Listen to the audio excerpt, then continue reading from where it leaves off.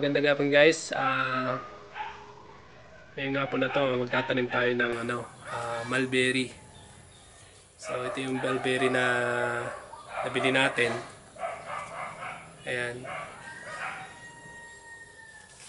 So ito po ay binili ko lang ng 50 pero tinawaran ko 40. So ito, binili natin sa bayan. So makita nyo, paborito din pala ng mga chicken. Ayan no, wala lang dahon, o kunti na. Ayan. So tara, magtanim tayo. Ito po yung mulberry natin.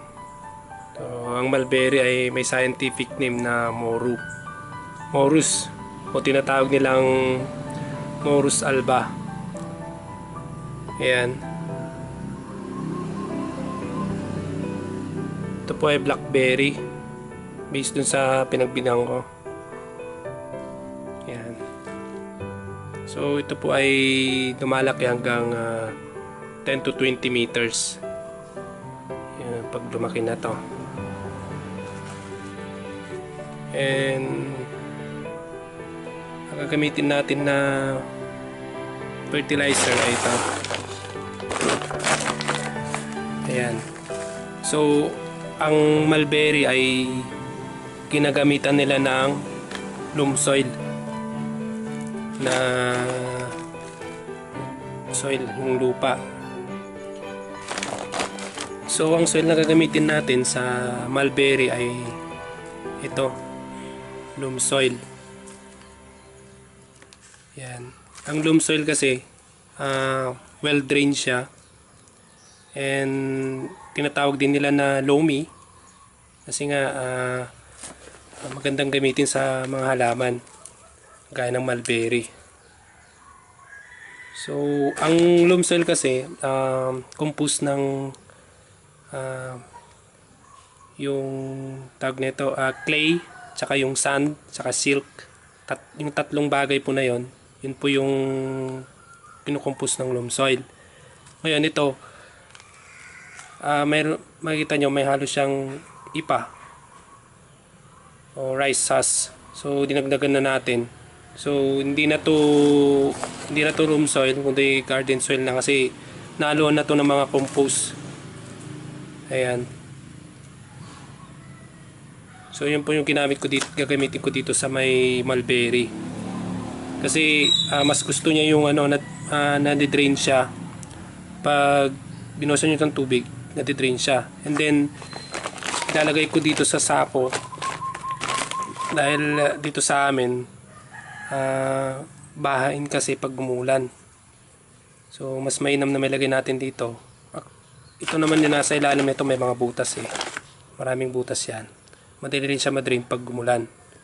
So mainam din nilagay dito dahil ito pwede mong, for example hindi tumitigil yung ulan kagaya ngayon. Ayan basa pa yung kan natin. Pwede mong buhatin, ilipat-lipat mo. Ngayon pag lumaki na, kaya mo na lang siya dito sa may sako. So, plastic sacks. Ayan.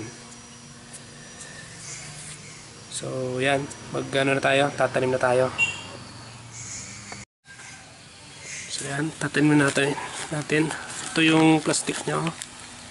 Dapat to tinatanggal pag tanim kayo ng mulberry. Yan. Although first time ko magtanim ng mulberry, kasi nga noon pa ako tumitingin ng ganito, wala akong makita. Napadaan ako sa palengke at may nakita kong nanay nagtitinda ng ganito. Lola. Tinanong kung magkano, 50 sabi niya. Tinawaran ko siya ng 40, gusto naman niya bigay, kinuha ko na. Ayan. Ganyan lang siya. Actually kulang pa tong kanya soil niya. Pero dadagan natin yan pag nakagawa tayo ulit. Ayan. Prone din kasi sa mga mga animals to. Yung mga daon niyang tinuktok ko. Ayan, itanim natin.